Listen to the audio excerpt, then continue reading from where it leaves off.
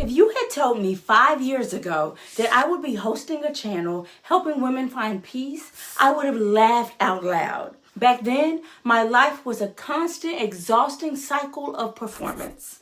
I was a committed Christian, a full-time teacher, and a perfectionist. And underneath all of that, I was quietly drowning in anxiety.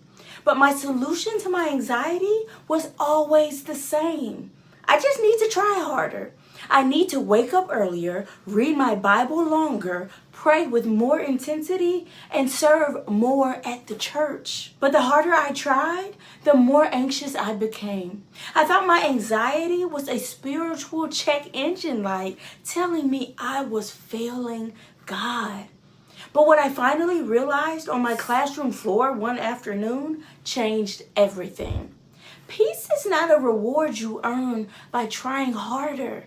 It's a gift you receive by resting in Jesus. Today, I'm sharing my raw story and the life-changing truth of John 14:27, so you can finally stop performing and start resting. I remember one Tuesday morning vividly. I had stayed up until midnight grading papers and lesson planning, desperately trying to control every detail of my classroom so nothing could go wrong. I woke up at 5 a.m. to read my Bible and do my quiet time, forcing myself to write down pages of prayers because I believed that if I didn't perform my spiritual duties perfectly, God wouldn't protect my mind that day.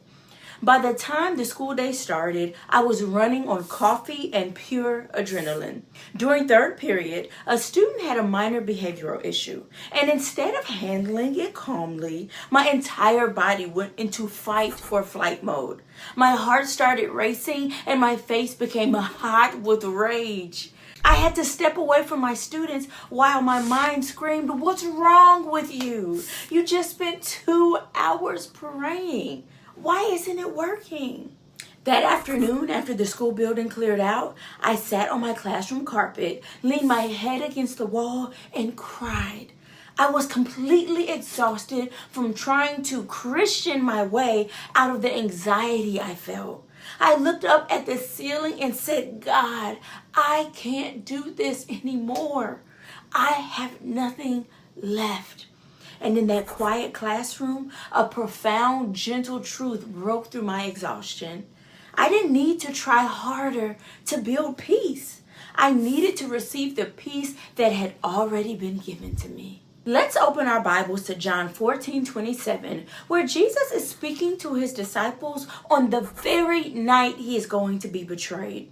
He knows they are going to face the most terrifying, confusing weekend of their lives. He says to them, "Peace I leave with you. My peace I give to you. Not as the world gives, do I give to you. Let not your heart be troubled, neither let it be afraid." Look at the words Jesus uses. Peace I leave with you. My peace I give to you. In Greek, the word for leave is aphiemi, which means to bequeath, to let go, or to deposit as a permanent legacy. The word for give is didomi, meaning to bestow a free gift without any expectation of return or performance. Jesus isn't commanding his disciples to manufacture peace through their own mental efforts. He is declaring that he has deposited his own peace, the very peace that kept him calm in the middle of raging storms, directly into their possession as an inheritance. He then makes a crucial distinction. Not as the world gives, do I give to you. How does the world give peace? Worldly peace is entirely conditional. It's based on external circumstances. Having a healthy bank account, a quiet schedule, a perfect family, and a healthy body. When your circumstances are good, you feel peaceful. When they are bad, your peace vanishes. But Jesus' peace is unconditional. It's based on his finished work, his presence, and his character. His peace is an anchor that holds steady even when the boat is tossing and turning.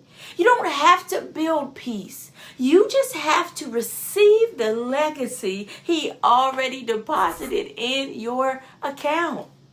Worldly peace says, once everything is sorted, you can relax.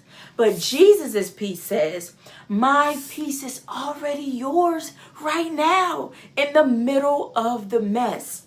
You don't have to earn His peace by being a perfect Christian. It's already in your account. You just have to withdraw it. When we believe that our peace is dependent on our spiritual performance, we turn our faith into a toxic treadmill. If we have a good quiet time with the Lord, we feel peaceful. If we miss a day, we feel anxious and guilty. We must shift our core belief from I must earn God's peace through perfect spiritual habits to Jesus has already gifted me His perfect peace, and my habits are simply ways to enjoy that gift. This single shift removes the performance anxiety from your spiritual life.